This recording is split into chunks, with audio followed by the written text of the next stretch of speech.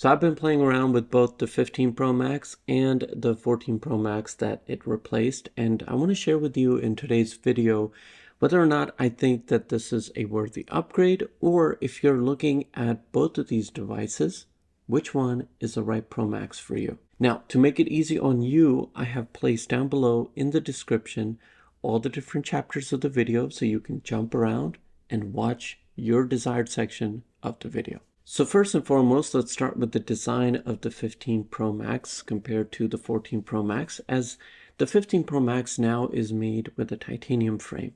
It's actually a fusion of both titanium and aluminum. The number one thing that this changes is how light the phone feels. Now, another nice change is the rounded off corners. Now, with the iPhone 12, we got those squared off edges, and I really liked it. I like squared off edges. And, I didn't notice how much they dig into your hand, especially with the larger phones, until I started using this 15 Pro Max. The rounded off corners just make the phone overall more comfortable. What also makes it comfortable is the fact that this one is a lot lighter, 19 grams lighter. Now on paper that might not sound like a lot, but when you go to handling these Pro Max devices that are larger, the weight really makes a difference. So I really like this, and nowhere do I feel like this feels like a less premium of a phone simply because it's not heftier. I don't really gauge the premium feel of a device based on its weight. So that never really bothered me. I'm a mini user, and one of the difficult things about the Pro Max models for me has always been just being able to handle them. And I can definitely say that just a reduction in the weight alone definitely makes it a more comfortable experience, along with the rounded off edges, because it just doesn't dig into my hands as much. Now, as for my mini, it's been sidelined for a few days simply because I'm testing out these Pro Max phones. So if I had to overall pick a design between the two, I can live with both of them, but I definitely appreciate the titanium simply because of the weight reduction, especially as you get into these larger models. Now, the last design change is going to be the port at the bottom. So on the 15 Pro Maxes, obviously, we have the new USB-C port, and on the 14 Pro Max, you still have the Lightning port. Now, I had those moments early on where I grabbed a lightning cable real quick and tried to plug it into here, but I've gotten over that, and I'm happy that USB-C just gives me that ability to just have one cable, take one charger, and just use it for all my devices, whether that's the camera, the laptop, the phone, the iPad. All of them have a unified cable, so it just makes it easy in terms of that. Now, the last change in terms of design is going to be the addition of the action button. This is replacing the mute and ringer switch. Now, I always keep all my devices in mute. I always have them on vibrate only, so it never really bothered me whatsoever. But what I do like is, because I've never used that, this button has actually become useful for me. So what I've done, and what I'd urge you to do, is to create a bunch of shortcuts and place them in a folder, and then tie your action button to that folder. It's basically going to give you a menu of options for the action button. For example, what I've done is I've taken a bunch of home automations for my different rooms, so turning them on and off, and I created those shortcuts, put them in a folder, and tied that folder to when I press and hold the action button. So if I press and hold my action button, it brings up all my different rooms, and with one tap, I can just turn on and off any of my lights. I really find that useful. Now, quick tip for those of you listening and watching this entire thing. So let's say you do have a Pro Max and you really want an action button. One thing you can do is a shortcuts widget on your lock screen.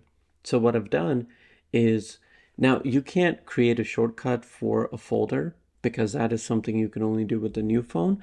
But what you can do is take one of your favorite shortcuts, put it as a widget on your lock screen, and therefore you can have a single quick shortcut on your lock screen that you can jump into at any moment by a single tap, which is just as fast as if you were to take the action button and tie it to one action. So that is something that I did on this Pro Max, and then I've also done it here on my 13 mini. So that is just a quick little tip for those of you that really like the action button but don't have a 15 Pro or Pro Max that has the action button. Next up, let's switch over to talking cameras. Now, what's really changed here, see, if you were to go and take a photo with the 14 Pro Max, take a photo with the 15 Pro Max, you're really not going to notice a difference unless you really start pinching into zoom and checking every little detail. Obviously, this one will have more detail,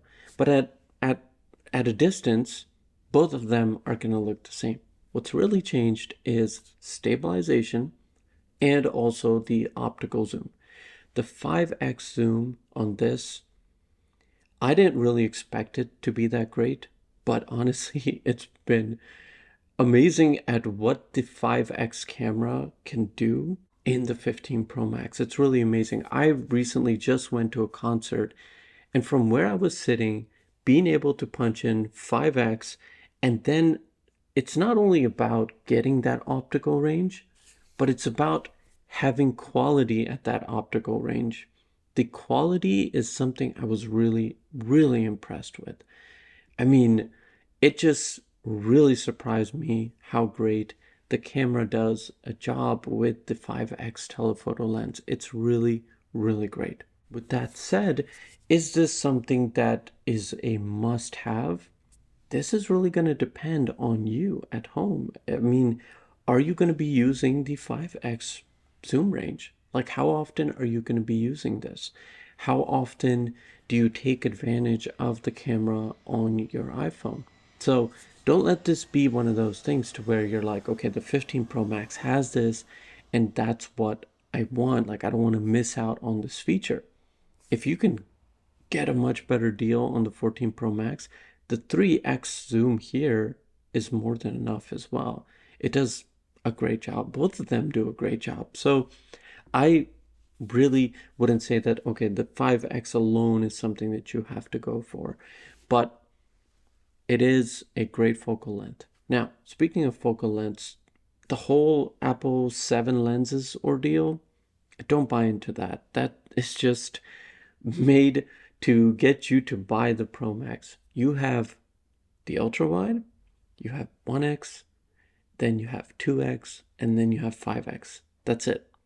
Everything in between that is just cropping in, and you're not going to get that full quality that you do when you're doing optical zoom. Now, the other change here with the 15 Pro Max is going to be the ability to shoot in 4K ProRes log format. To have this format, to have this capability in your pocket is just amazing. Log format is like just having control over what your footage is going to look like. Let me do my best to explain here. If you go to a restaurant and off of their menu, you order their chicken parmesan pasta or whatever, right? What that restaurant is going to do is make that recipe according to what they think chicken parmesan should be like, right? When you're going to shoot a video or a photo with your iPhone, you are getting Apple's recipe of what a photo or what a video should look like, with minor things that are in your control. Now with ProRAW and the log format, this is like you go in the grocery store, you're getting all the ingredients, bringing them home, and really making the chicken parmesan according to what you want it to taste like. So you have full control.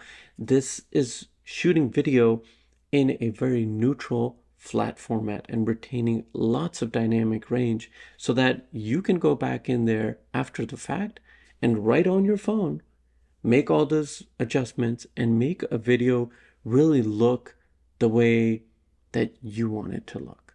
I really hope that makes some sense because that is the best way I can explain that.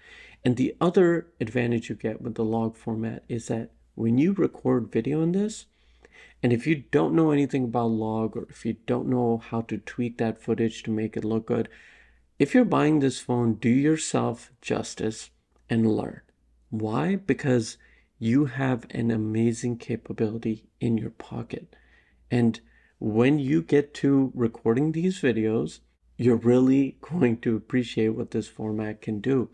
And this also takes away that digital sharpening that you get when you just shoot a video straight out of camera with the iPhone.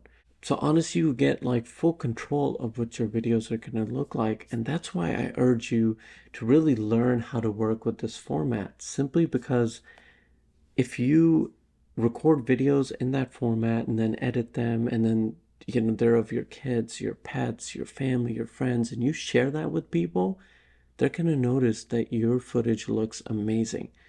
And it really does. And if I had to choose between this phone or the 14 Pro Max simply because of that format, I would pick the 15 Pro Max. I don't even care about the 5x zoom. I'll work with getting closer to things, throw away the 5x zoom. The format capability and having that in your pocket alone is something that is truly amazing. And I really urge you to learn what this format can do for your videos. Seriously, it's going to really benefit you. Next up, let's talk about performance of the 14 Pro Max versus the 15 Pro Max. I'm sure you've seen the benchmarks already that the 15 Pro Max and Pro phones are both pushing closer and closer to the M1 chip, which is just amazing. I mean, that's a feat of its own. But on a day-to-day basis, if I was to use the 14 Pro Max and then switch over to the 15 Pro Max, am I really going to notice a difference? You're not. You're not going to notice a difference if you're just doing everyday things. Where the processor comes handy is in all those things that we were just talking about. The log format, raw photos. That's when you're really pushing this processor, right? Because your phone is recording in really intensive things. I mean, log format alone is something that can throw a computer around. Like it can give a computer a hard time in terms of editing that footage alone. So being able to just record it here, that's where the processor is coming in handy. Now, the other place where this is going to be different is in that gaming performance because it has an additional core GPU. And the last place where this one will make a difference is with the USB-C 3 speeds. So you have up to 10 gigabits per second speeds with this. So when you have a hard drive connected here and you're recording in that 4K log format, those are really intensive tasks, and that is where that A17 Pro is really being pushed around. Other than that, on a day-to-day basis, if I was to use this phone or the 14 Pro Max, I couldn't notice a difference. They're both fast. They're both very capable devices. So on performance alone, you can only judge the 15 Pro Max and give the edge to it if you're going to be taking advantage of things like gaming and actually using the log format. If you're not, then don't buy the 15 Pro Max. You'll be perfectly fine with the 14 Pro Max.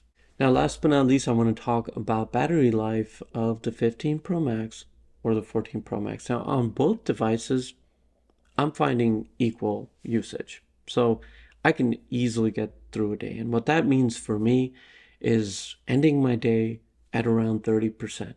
Now, if I was to use the camera, this in log format will definitely crush the battery faster than this one will with camera because you're not shooting in that intensive format. So there can be a difference on a day-to-day if you were to compare the two in terms of just the camera video recording alone.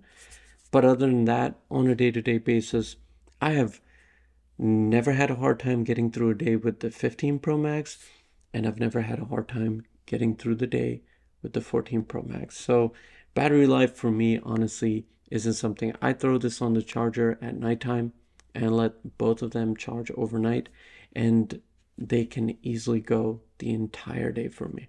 So overall, both the 14 Pro Max and the 15 Pro Max are great devices. And if I had to pick one, I would solely go for the 15 Pro Max simply because of that new log format. Reason being is because every video on this channel here, before the Goodbye Mini video, has all been shot with an iPhone. And it was the current iPhone I had at the time. Started with the SE, then I moved to the 12 Pro and the 12 Mini, then the 13 Mini and the 13 Pro, and then the 14 Pro Max, 14 Pro, and still 13 Mini.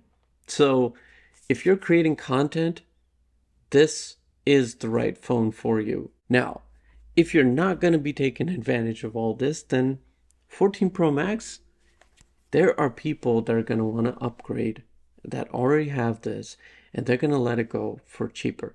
So look online, look around, and find a good deal on the 14 Pro Max because it is still very, very capable. And you might just be somebody that doesn't like this matte finish and this lighter design. Maybe you want something that looks more polished, something that has a little bit of heft to it. 14 Pro Max is going to be perfect for you. Hope this video has helped you out in terms of which iPhone is the right one for you. If you still have questions, drop them in the comments down below, and I'll be glad to help you out in guiding you to the right direction as to which one is right for you. If you enjoyed this video, please do give it a thumbs up because it really helps me out. Thank you so much for your time. Take care, and I will see you in the next video.